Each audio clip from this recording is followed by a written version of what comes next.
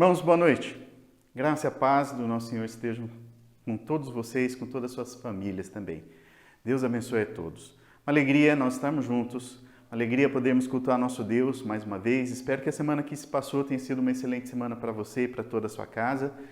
E também desejo que esse tempo seja um tempo especial para toda a sua família. Um tempo que nós vamos cultuar nosso Deus, nós vamos expressar nossa fé, nós vamos declarar sobre aquilo que nós acreditamos. Vamos também conversar com Deus falando sobre nossas dificuldades e queremos, nesse tempo, pedir pelo alimento, o alimento para as nossas vidas.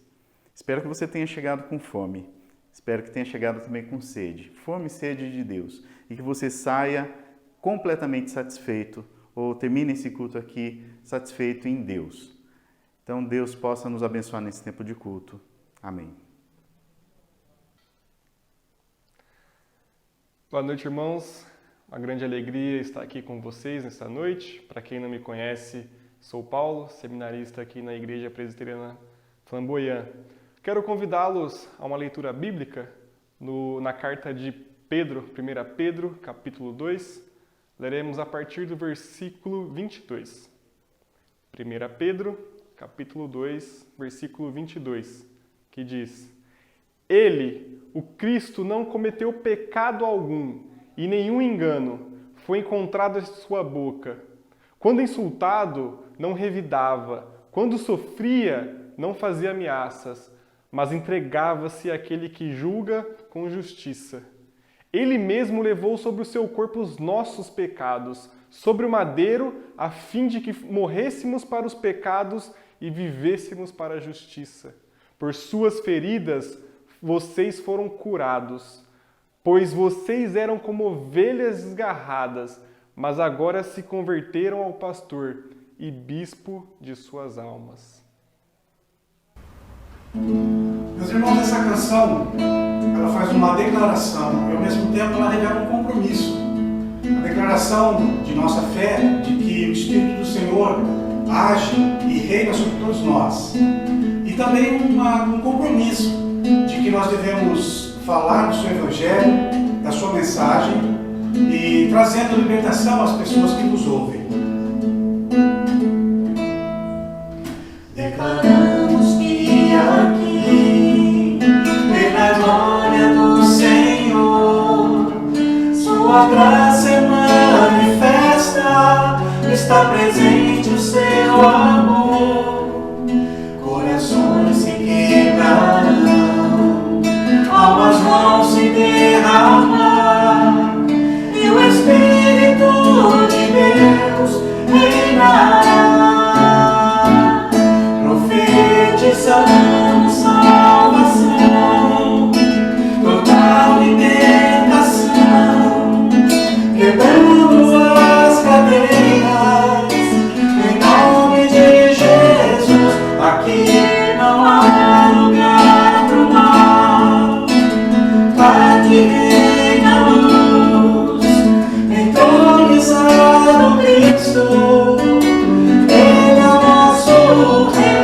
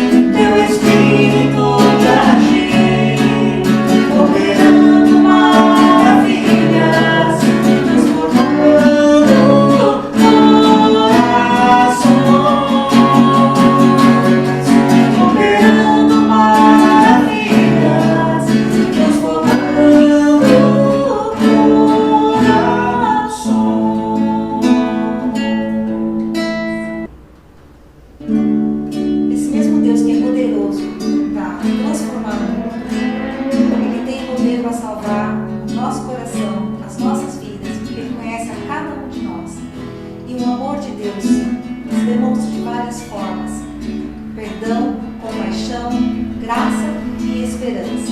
É o Deus que salva, é o Deus que move as montanhas, é o Deus que está conosco. Todos necessitam de um amor perfeito, perdão e compaixão. Todos necessitam de graça e esperança, de um Deus que salva.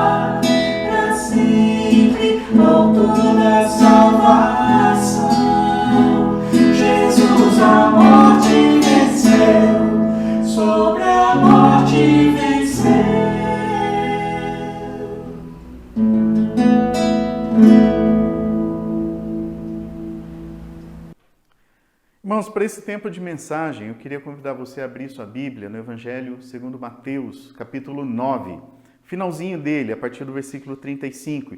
E a gente vai até o capítulo 10, versículo 1, ou seja, a gente vai fazer essa virada do capítulo 9 até o capítulo 10. Eu já vou até adiantando para você, talvez você escute hoje alguns barulhos aqui no fundo, o nosso vizinho ele está em obras, não tem como a gente, então, filtrar esses ruídos. Peço a paciência sua, mas vamos tocar, né? Nós precisamos fazer aqui o nosso culto a Deus. Então, Evangelho de Mateus, capítulo 9, versículo 35 em diante. Mas enquanto você encontra aí o texto na sua Bíblia, queria fazer uma pergunta para você. Você já se imaginou trabalhando durante essa pandemia, lá naquela linha de frente dos cuidados com a saúde?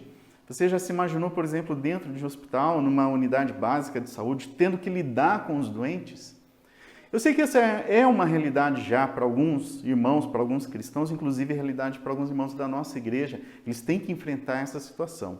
Para outros, talvez seria assim, acho que uma possibilidade quase zero, né? Pensando no cuidado com alguém que esteja enfermo. Alguém que diria, por exemplo, olha, não, minha área não é de biológicas, não é com lidar com jeito, minha área é de exatas. Talvez tenha até aqueles que passam mal, não se sentem bem lidando com sangue, não se sentem bem com cheiro de hospital. Já ouvi até gente falando isso, eu não consigo com o cheiro do hospital.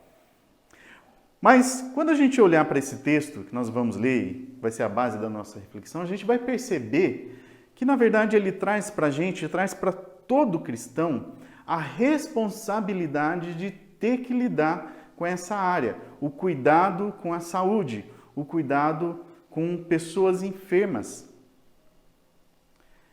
Por isso que eu queria propor que o nosso verbo que vai conduzir a nossa reflexão, o tema para essa noite, é o verbo curar. Conjugando o verbo amar, usando o verbo curar. Então, o texto de Mateus 9, a partir do versículo 35, diz o seguinte: Jesus ia passando por todas as cidades e povoados, ensinando nas sinagogas, pregando as boas novas do reino e curando todas as enfermidades e doenças. Ao ver as multidões, teve compaixão delas, porque estavam aflitas e desamparadas, como ovelhas sem pastor. Então disse aos seus discípulos: a seara é grande, mas os trabalhadores são poucos. Peçam, pois, ao Senhor da seara, que envie trabalhadores para a sua seara. Mateus 10:1 diz: chamando seus 12 discípulos, deu-lhes autoridade para expulsar espíritos imundos e curar todas as doenças e enfermidades. Esse final do capítulo 9, versículos 35 e 38 que nós lemos, ele funciona como uma espécie de resumo, uma síntese dos capítulos anteriores sobre o ministério de Jesus. E esse ministério, a gente poderia colocar assim, ele tem como expressões-chave os verbos ensinar, pregar e curar. É o que diz o versículo 35. Jesus ia passando por todas as cidades e povoados, fazendo essas três coisas: ensinando nas sinagogas, pregando as boas novas do reino e curando todas as enfermidades e doenças. Então, uma espécie de resumo: ensinar, pregar e orar. Resumo dos capítulos que a gente poderia até colocar já desde o capítulo 5, que começa lá com o Sermão do Monte, o Sermão da Montanha. Ali é uma concentração intensa dos ensinos de Jesus, por exemplo. E o que ele trata? Vai tratar sobre diversos temas, sobre a vida, sobre o reino de Deus. Traz para a gente questões sobre oração, sobre homicídio, adultério, sobre vingança e outros assuntos. E os ensinos se misturam com a prática, porque a partir do capítulo 8 e capítulo 9, a gente vai ver Jesus também em ação. É claro que o ensino também é uma expressão de ação, mas Jesus não parando especificamente com um grupo de pessoas para ensinar, mas Jesus também caminhando entre essas pessoas e agindo, interagindo com essas pessoas, confrontando o sistema religioso também da sua época e dando atenção tanto às maiorias sociais quanto às minorias sociais também, aquelas pessoas mais abastadas e aquelas pessoas mais simples. E Jesus seguia por entre essas pessoas realizando muitas curas. Ele, por exemplo, a gente vê aí nos textos, cura de leproso, a cura do servo do centurião, a sogra de Pedro, que também foi curada. Ele expulsou muitos demônios de pessoas.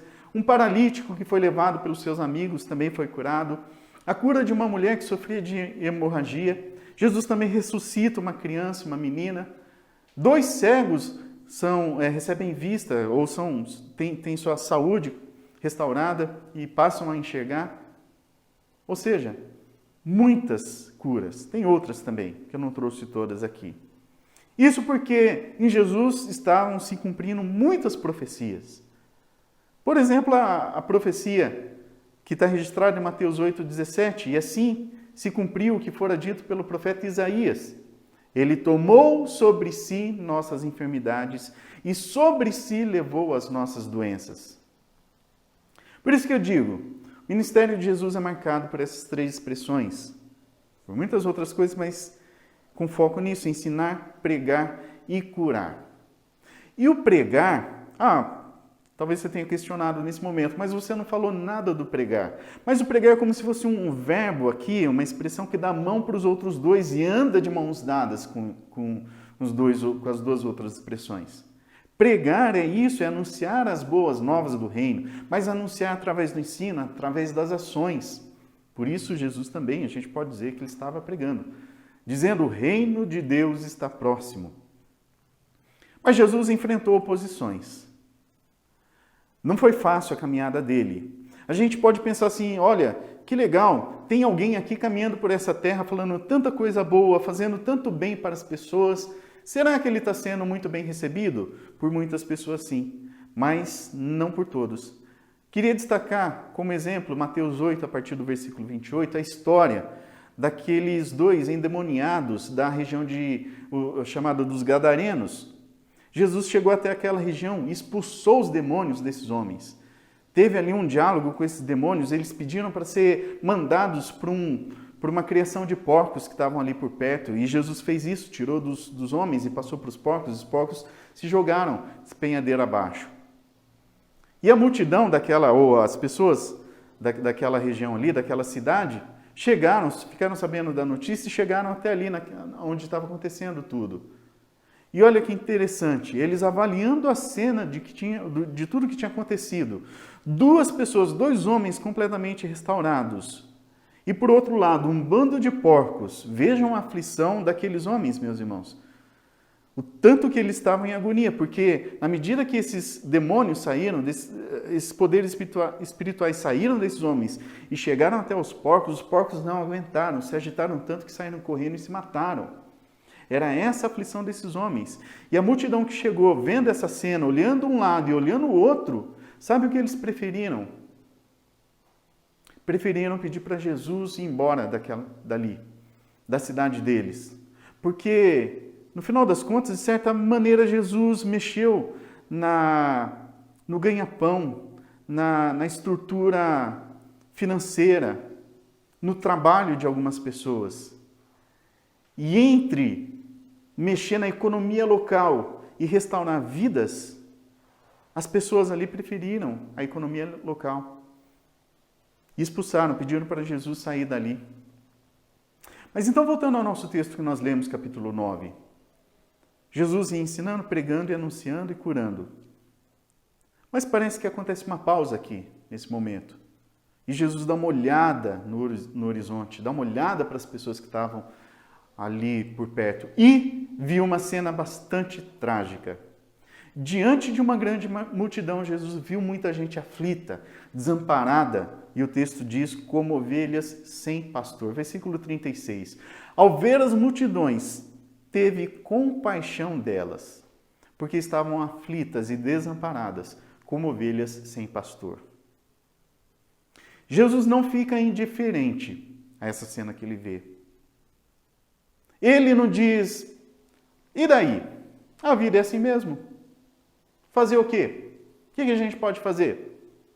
Muitos morrem, muitos pegam doença, muitos passam fome. O texto diz que ele teve compaixão. E essa palavra compaixão traz na sua raiz a ideia de que mexeu com as entranhas de Jesus aquela cena. Vê gente sofrida, gente escravizada pelo sistema perverso, gente privada da sua dignidade humana, pessoas famintas e doentes. Mas só queria que você entendesse que não foi só um olhar pelo viés social que Jesus teve. Gente desamparada socialmente, que também estava. Mas antes de tudo, um sofrimento na esfera espiritual. Jesus vê muito mais, muito além do que os nossos olhos conseguem ver. Por isso que diz que Jesus teve compaixão. E essa compaixão serviu como uma espécie de combustível ali em Jesus. Fez com que ele se movesse, tomasse uma decisão em favor dessas pessoas. Ele não ficou inerte. Ele partiu então para a ação. Versículo 37 diz, ele disse aos seus discípulos, a seara é grande, mas os trabalhadores são poucos. Peçam, pois, ao Senhor da seara que envie trabalhadores para a sua seara. E aqui eu queria até já fazer uma ligação muito prática, um ensino prático que esse texto nos traz. Mas quando nós estamos enfrentando ou diante de um quadro de situações extremamente difíceis, um quadro de sofrimento e dor, uma coisa é bastante certa, trabalho é o que não falta. Pode faltar trabalhadores e isso normalmente falta mesmo, mas trabalho é o que não falta. Pensando assim nos nossos dias, nós estamos vivendo, né, também esse momento complicado de muitas dificuldades, muita alteração por causa da pandemia, muita gente sofrendo. As igrejas impedidas de realizar os cultos, como nós também estamos vivendo isso. O nosso presbitério, o presbitério de Campinas, resolveu fazer uma consulta às igrejas para saber, isso partiu da comissão executiva, perdão, do presbitério, para saber como é que as igrejas estão trabalhando nesses dias. Então soltou um questionário para que os pastores pudessem responder, né, perguntando o que está acontecendo aí, como é que tem acontecido as atividades, né, como você tem percebido as demandas, as necessidades das pessoas. E na grande maioria, nós pudemos perceber que o trabalho aumentou. As pessoas estão mais necessitadas. As igrejas acabaram promovendo muito mais trabalhos, encontros, reflexões, tempos de oração, ensino para o povo. Só para pegar como exemplo o que acontece aqui na nossa igreja, meus irmãos. Você sabia que esse tempo de culto que nós temos, ele exige de nós, né? Todos nós que estamos participando aqui no preparo dele, muito tempo antes e muito tempo depois, para podermos ter esse tempo de comunhão uns com os outros e com Deus.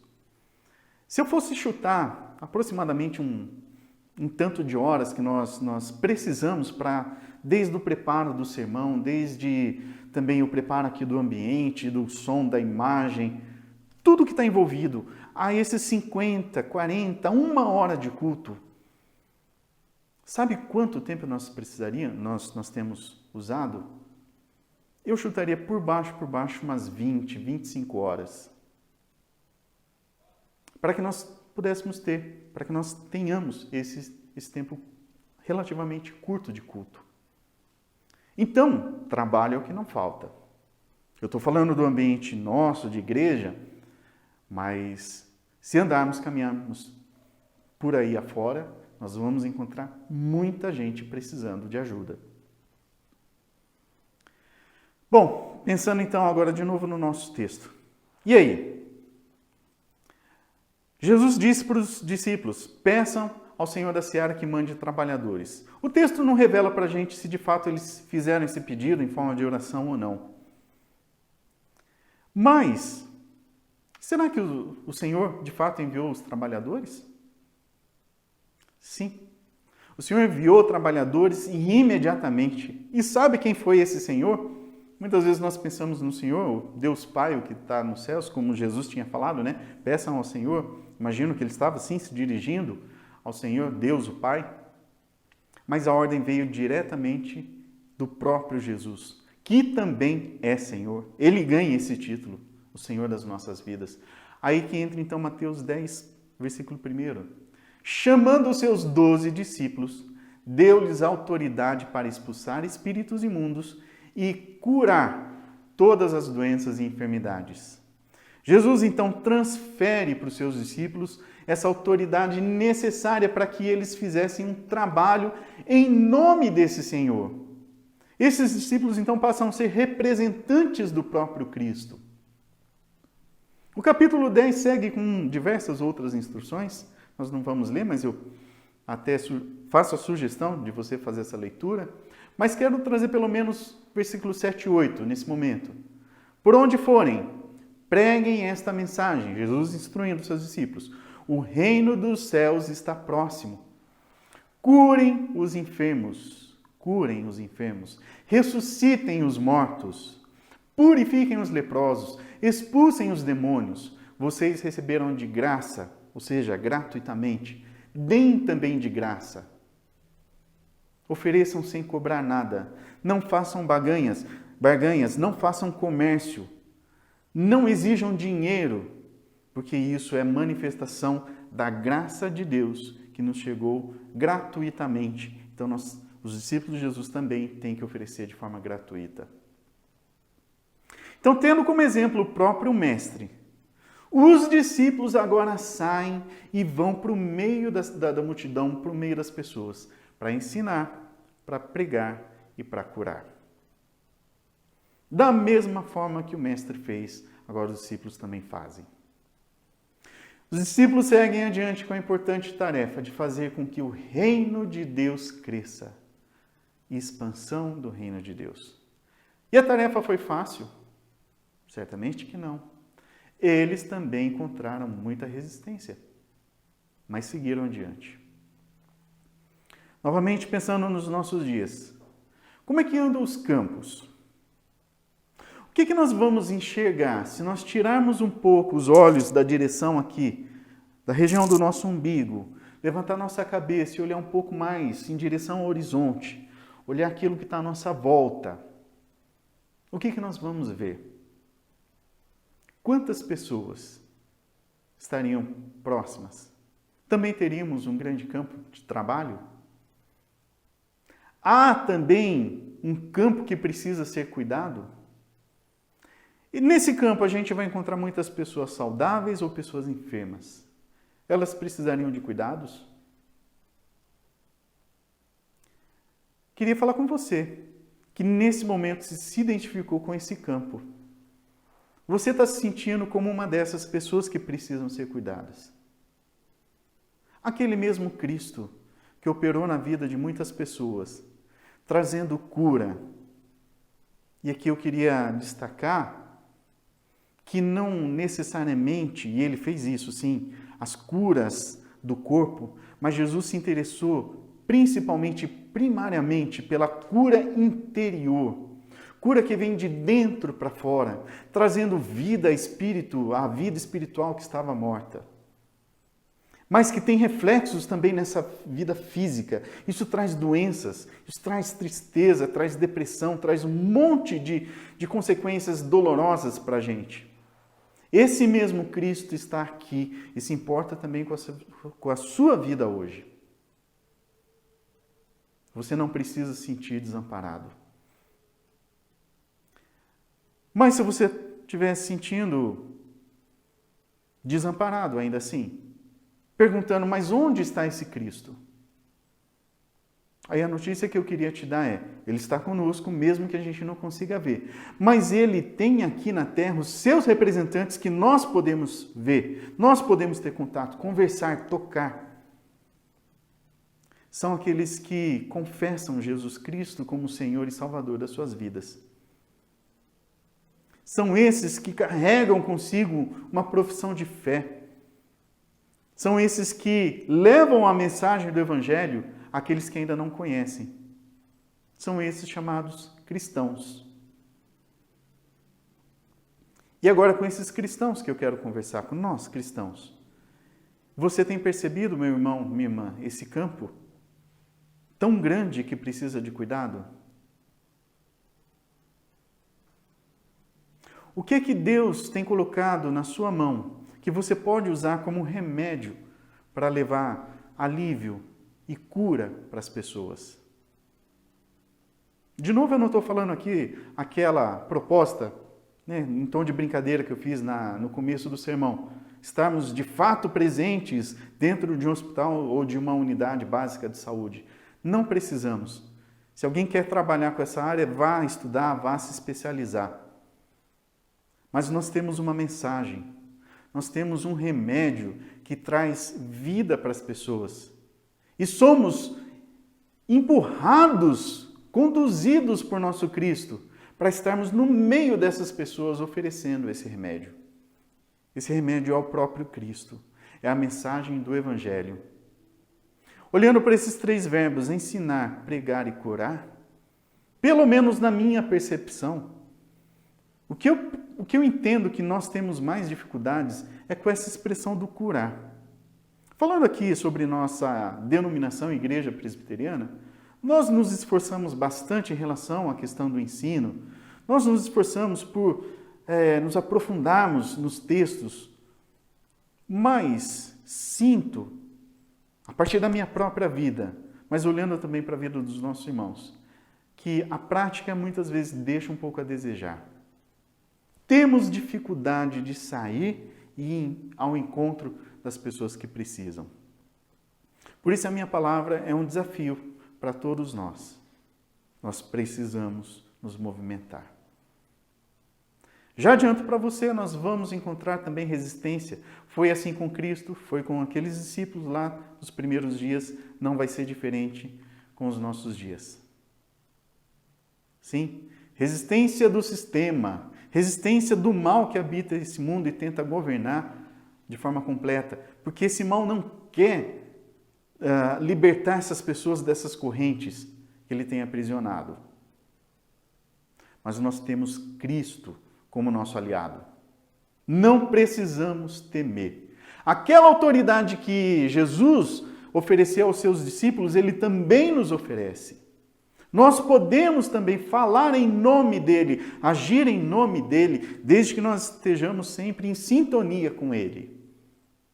Então, não importa muito as nossas capacidades, mas importa sim a capacidade que ele nos oferece e aquilo que o Espírito Santo faz através das nossas vidas.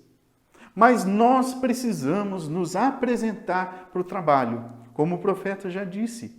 Eis-me aqui, Senhor, envia-me a mim. Se Jesus pedisse para nós hoje, olha, vocês precisam pedir ao Senhor da Seara que mande trabalhadores. E nós fizéssemos essa oração, Senhor da Seara, mande trabalhadores. A resposta esperada seria que ele olhasse para a gente, colocasse a mão nas nossas costas e falasse, então vai. Nós somos esses trabalhadores. Para terminar essa reflexão, meu desejo do fundo do meu coração, de forma muito sincera, é que nós, na medida que avançássemos, levássemos a cura para as pessoas que estão enfermas, pudéssemos ter experiências como aqueles cristãos dos primeiros dias. Em Atos capítulo 4, versículo 29 até 31, fala sobre um momento muito parecido, em que discípulos foram perseguidos, foram aprisionados, foram questionados, mas depois que eles foram soltos e se reencontraram, Pedro e João, no caso, se reencontraram com os outros discípulos, eles falaram o seguinte, fizeram a seguinte oração, versículo 29. Agora, Senhor, considera as ameaças deles, daqueles que estavam perseguindo a igreja. Considera essas ameaças e capacita teus servos para anunciarem a tua palavra corajosamente. Estende a tua mão para curar e realizar sinais e maravilhas por meio do nome do teu santo servo Jesus. E depois de orarem, tremeu o lugar em que estavam reunidos. Todos ficaram cheios do Espírito Santo e anunciavam corajosamente a palavra de Deus. Vamos orar. Vamos também caminhar. Eu desejo que nossas estruturas possam ser estremecidas nesse momento e possamos ser cheios dessa coragem e que nenhum cenário possa nos intimidar. Que Deus assim nos capacite e nos abençoe. Amém. Vamos orar? Pai querido, obrigado pela palavra do Senhor que nos traz esse grande desafio, mas traz também essa mensagem de alívio ao sofrimento. O Senhor colocou nas nossas mãos esse remédio que cura o mundo, que cura as pessoas, que traz vida àqueles que estão mortos espiritualmente. Mas não adianta nada esse remédio ficar aqui conosco, se nós não caminharmos e não formos em direção a essa grande multidão que sofre. E essa grande multidão está aqui, próxima, sempre do nosso lado, sempre mais perto do que nós imaginamos. Não precisamos nem nos deslocarmos geograficamente, porque nós encontramos gente sofrida em qualquer espaço que nós formos. Nos dê, Senhor, essa mesma coragem. Nos dê, ó Deus, esse senso de responsabilidade e também autoridade que vem do próprio Cristo, para que possamos ser representantes dele aqui nessa terra. E de fato fazer sentido esse título que nós carregamos. Somos cristãos, somos aqueles que imitam Cristo, que fazem como ele fez. Senhor, possamos ter compaixão das pessoas que sofrem e levar vida, levar cura expressão da cura do Senhor a essas pessoas. Em nome de Jesus que nós oramos. Amém.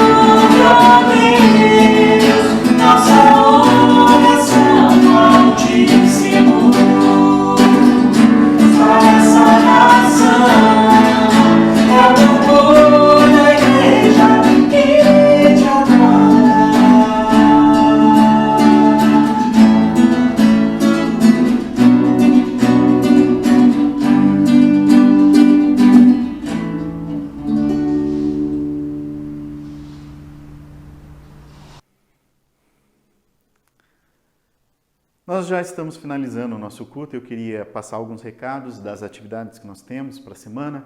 Lembrando que terça-feira temos aqui o encontro para o estudo bíblico, às 20h30. Temos tratado o tema Cristo e o coronavírus, a partir do texto de John Piper, um livro de John Piper. 20h30.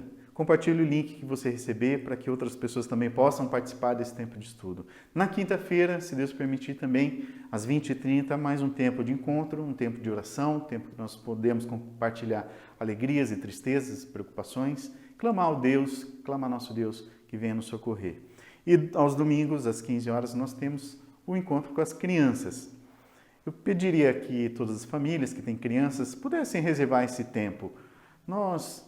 Vocês já perceberam como tudo, para que aconteça, nós temos todo um preparo, pessoas envolvidas, pessoas que estudam para poder levar a palavra para as nossas crianças, não é diferente com eles também, e poucas pessoas têm aproveitado esse momento, sinceramente, falando da realidade da nossa igreja. Então, peço aos pais que façam esse esforço. Mas também interajam lá no grupo. Se, por acaso, esse dia e horário não for o melhor horário para a família, é bom para a gente poder encontrar outro horário que vai servir melhor.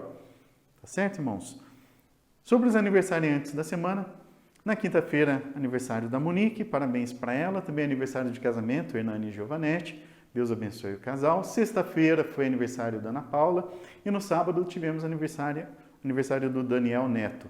Deus abençoe, viu?